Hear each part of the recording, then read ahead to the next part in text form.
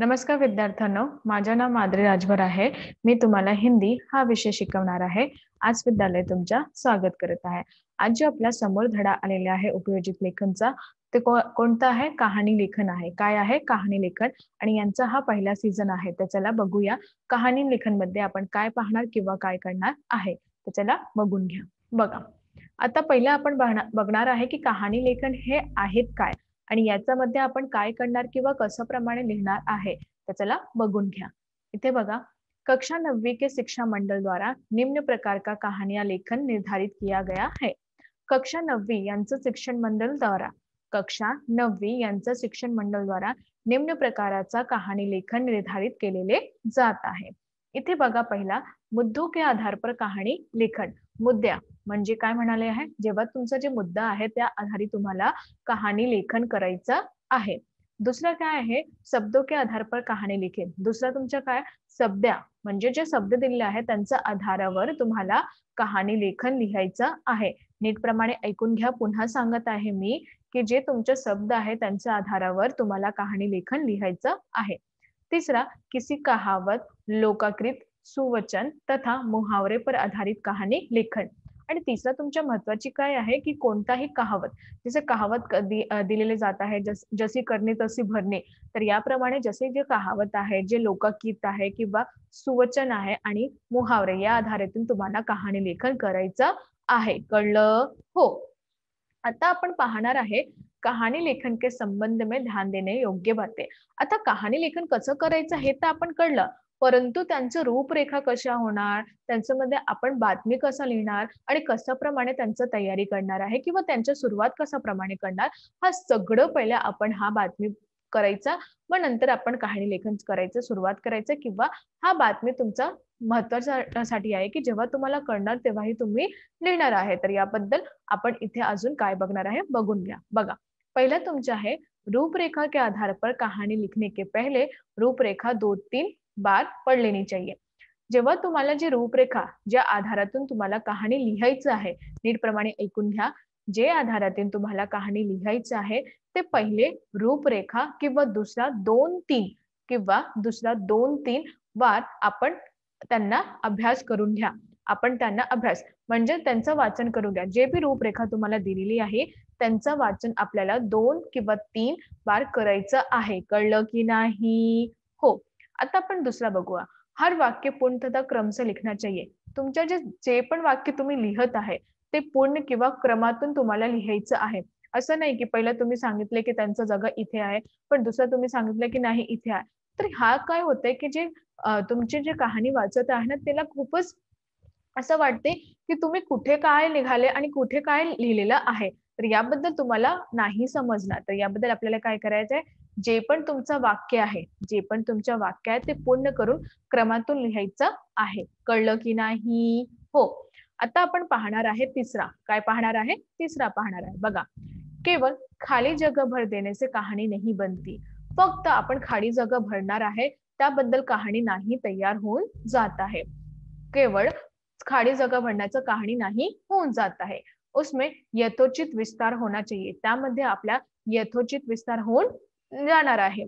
भाषा सरळ तथा मुहावरेदार होनी चाहिए. चौथा तुमचा आहे भाषा खूपच सरळ किंवा मुहावरेदार होऊन जाणार आहे. तर याबद्दल मी तुम्हाला हा 4 पंक्ती किंवा 4 ओळीतून हा सांगितले की कहाणी लेखन यांचा संबंध कशाप्रमाणे योग्यातून आपण लिहत आहे.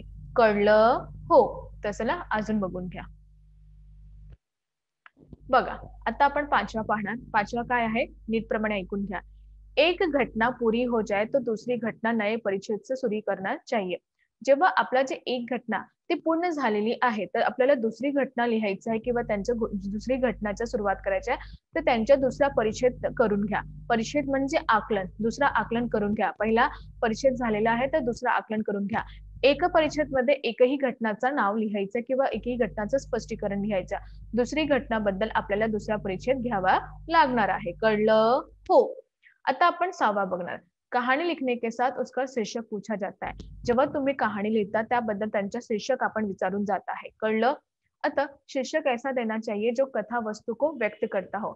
आणि तुमच्या जे शीर्षक आहे ना, तर असा तुम्ही देणार की त्यांच्या जे कथा वस्तू आहे त्यांना व्यक्त होऊन जाणार आहे. काय होऊन जाणार आहे? व्यक्त होऊन जाणार आहे. म्हणजे जे तुमचं कहाणी आहे त्याबद्दलही तुम्हाला शीर्षक लिहायचं. असं नाही की तुम्ही लिहिता कुछ काही वेगळे आणि शीर्षक काही वेगळे आहेत. ते त्यांच्यासाठी त्यांचा मेल नाही होत आहे. तर याप्रमाणे जसं तुमचं कहाणी आहे त्याबद्दलही तुमचं शीर्षक पण होणार आहे. कळलं? हो. शीर्षक संक्षिप्त और आकर्षक होना चाहिए. तुमच्या जे शीर्षक आहे ते संक्षिप्त आणि खूपच आकर्षक होऊन जाणार आहे किंवा होऊन लिहिणार आहे. कळलं? हो. 7वा बघा, कहाणी से क्या सीख मिलती है? तुम्हाला कहाणी से काय शीख भेटलेली आहे? शीख म्हणजे तुम्ही या कहाणीतून काय प्रेरित होऊन जाणार आहे किंवा त्यांचा बातमी तुम्हाला काय छान वाटली. ये भी पूछा जाता है, अतः ध्यान से कहानी पढ़ने पर सीख का पता चलता है. तुम्ही ध्यानपूर्वक कहाणी अभ्यास किंवा वाचन करणार आहे. त्याबद्दलही तुम्हाला कहाणी पढ़ण्याचा शीख पण भेटून जात आहे. कळलं? हो. आता 8वां जे अंतिम आहे ते काय आहे? नीटप्रमाणे ऐकून घ्या. कहानी को लिखकर रूपरेखा से मिला लेना चाहिए जिससे कोई बाहरी बात न आ पाए. आणि जेव्हा तुम्ही कहाणी लिहिणार आहे त्यांची रूपरेखा किंवा त्यांचा मिळणारा कोणताही वस्तू कशाप्रमाणे लिहिणार आहे, त्यांची कोणतीही बाहरी जी बात आहे ते तुम्हाला कशासाठी अपनावून जात आहे, हा सगळं तुम्हाला नीटप्रमाणे लिहायचं आहे. कळलं? याबद्दल तुम्हाला हा कहाणी कसं लिहायचं आहे किंवा त्यांची सुरुवात कसं करायचं, त्यांची कथावस्तू कसं करायचं, त्यांचे शीर्षक किंवा त्यांचं सीख कसं प्रमाणे लिहायचा, ही बातमी मी तुम्हाला सांगितलेली आहे. तर अजून आपण काय करणार आहे, त्यांची कहाणी कसं लिहिणार त्यांच्या नमुना पत्र आपण पाहणार आहे. तुम्ही सगळं नीटप्रमाणे ऐकून घ्या. कळलं? समजत आहे ना तुम्हाला? हो. छान. तर चला बघून घ्या.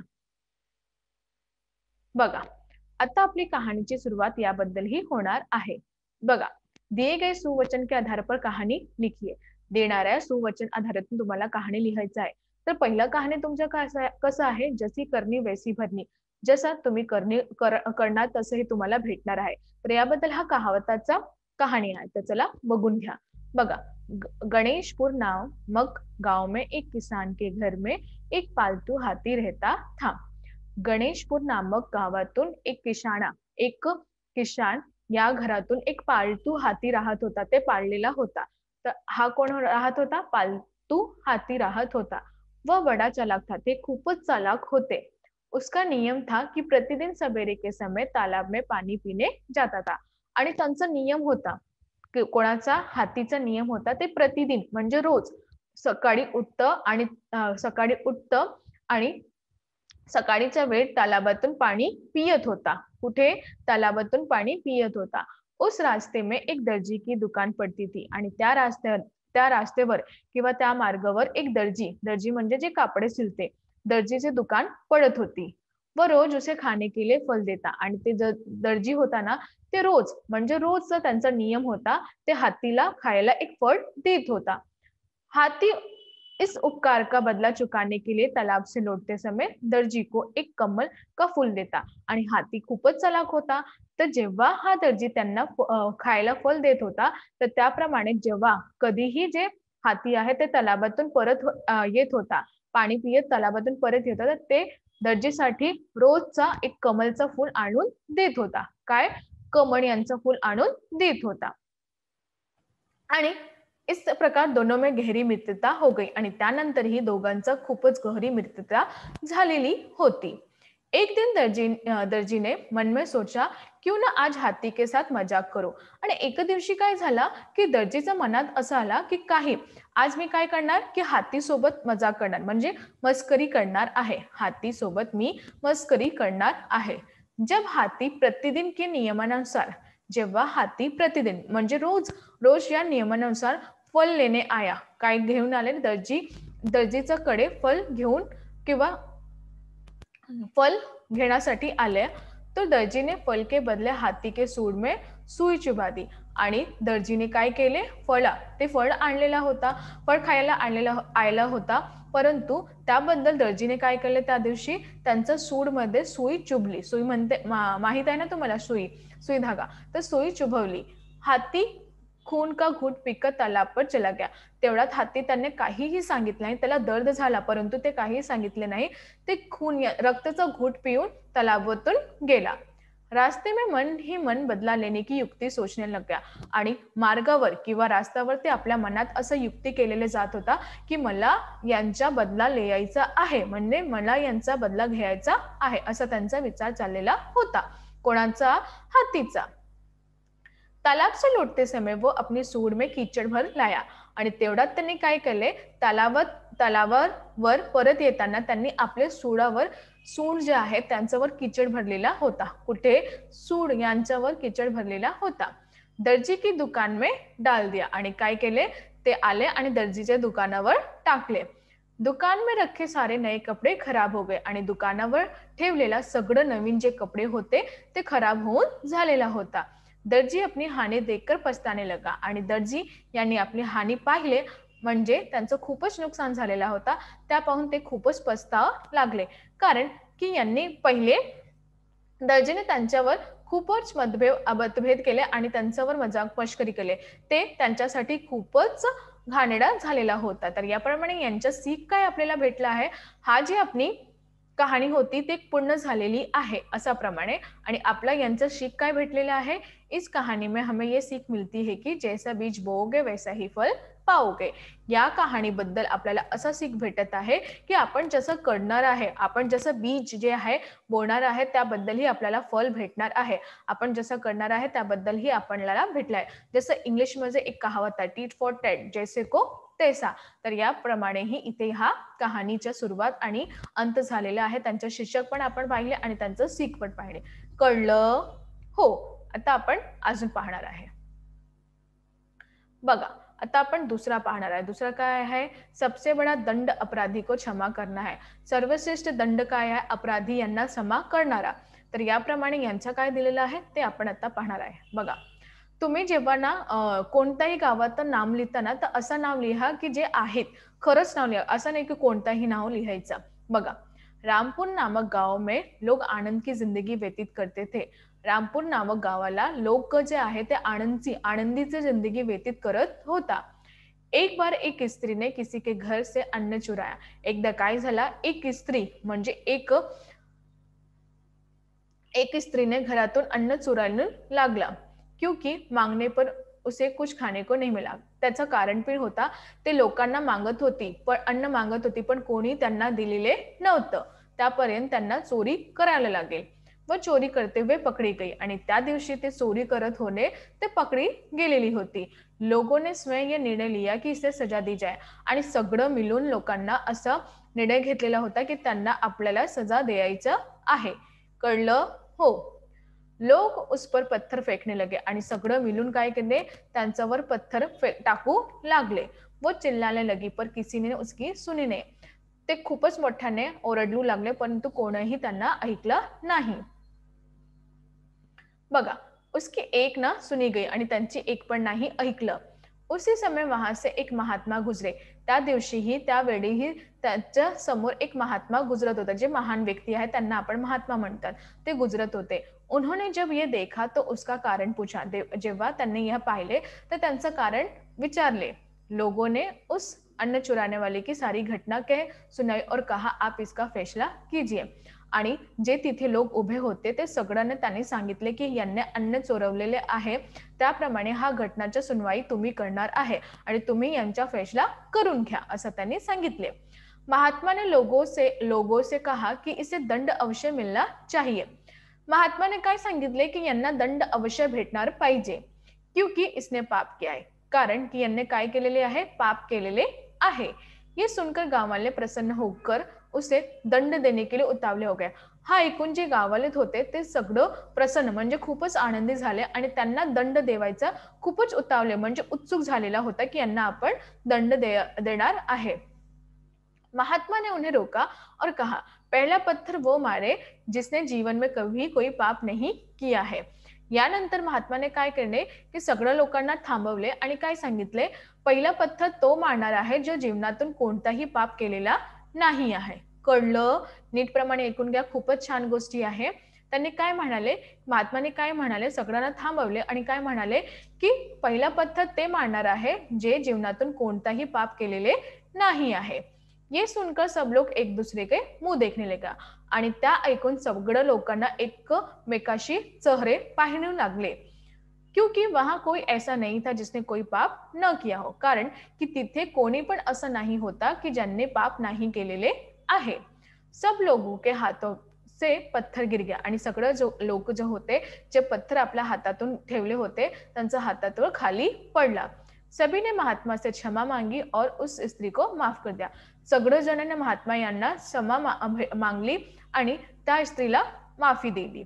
सीख, इस कहानी से हमें ये सीख मिळती है की सबसे बड़ा दंड अपराधी को क्षमा करना है. सीख याबद्दल या कहाणीचे आपल्याला हा सीख भेटत आहे की सर्वश्रेष्ठ दंड काय आहे, सर्वश्रेष्ठ मोठा दंड काय आहे की अपराधी यांना क्षमा करायचा. कळलं हो? कळलं हो? आता आपण अजून पाहणार आहे. दिए गए शब्दों के आधार पर कहानी लिखिए तथा उसे शीर्षक दीजिए. बघा, चरवाहा, झूठी अफवाह, शेर आया लोगों का मदद के लिए, आना चरवाहे का हसना, सचमुच शेर का आना, मदद मिलना, सीख. तर याप्रमाणे इथे लिहायचं आहे. तर पहिलं तुमचं आपण शीर्षक काय आहे? झूठ का परिणाम, झूठ यांचा परिणाम. बघा, लखनपुर नामक गाव में राजू नाम एक शरारती चरवाहा रहता था. लखनपूर नामक गावातून एक राजू नावाचा एक शरारती चरवाहा राहत होता व भेड़ बकरी चराने का काम करता था. ते कोणतं काम करत होता? भेड़ किंवा बकरी यांना चरावायचं काम करत होता. उसे झूठ बोलने की आदत थी. त्यांना खूपच झूठ बोलण्याची आदत होती. एक दिन वो भेड़ बकरी चरा रहा था. एक दिवशी काय झाला? ते भेड़ किंवा बकरी चालवत होता. उसी समय अचानक उसके मन में एक शरारत करने का विचार आया. त्याच वेळी त्यांच्या मनात अचानक शरारत करण्याचा विचार आला. वो एक पेड़ पर चढ़कर चिल्लाने लगा. ते एक वृक्षावर चढून ओरडले लागला. शेर आया मुझे बचाओ. काय? शेर आला मला बचवा. आसपास खेतों में काम करने वाले किसान दौड़ते हुए उसे बचाने के लिए आए आणि जवळही शेतीमध्ये काम करणारे जे किसान होते ते दौड़ून आले आणि त्यांना वाचवायसाठी. ये इधर उधर देखने लगे आणि ते इकडे तिकडे पाहून लागला. उन्हें कहीं भी शेर नजर नहीं आया. त्यांना कुठेही शेर नाही दिसला. इस पर पेड़ पर बैठा राजू जोर जोर से हंसने लगा आणि त्यानंतर जे वृक्षावर बसलेला राजू जोर जोरातून हसू लागला. किसान अपना सा मुंह लिए चले गए आणि किसान जे होते ते आपला असं स्वतःचं मुंह घालून चाललेला होता. कुछ दिन के बाद फिर राजू ने ये शरारत दोबारा की आणि काही दिवसानंतर राजूने परत ते शरारत दोबारा केलेली होती. किसान फिर आया और दुखी होकर चले गए. किसान सगळं परत आले आणि दुखी होऊन झालेला होता. इस तरह राजू ने कई बार अपनी शरारतों से लोगों को तंग कर दिया.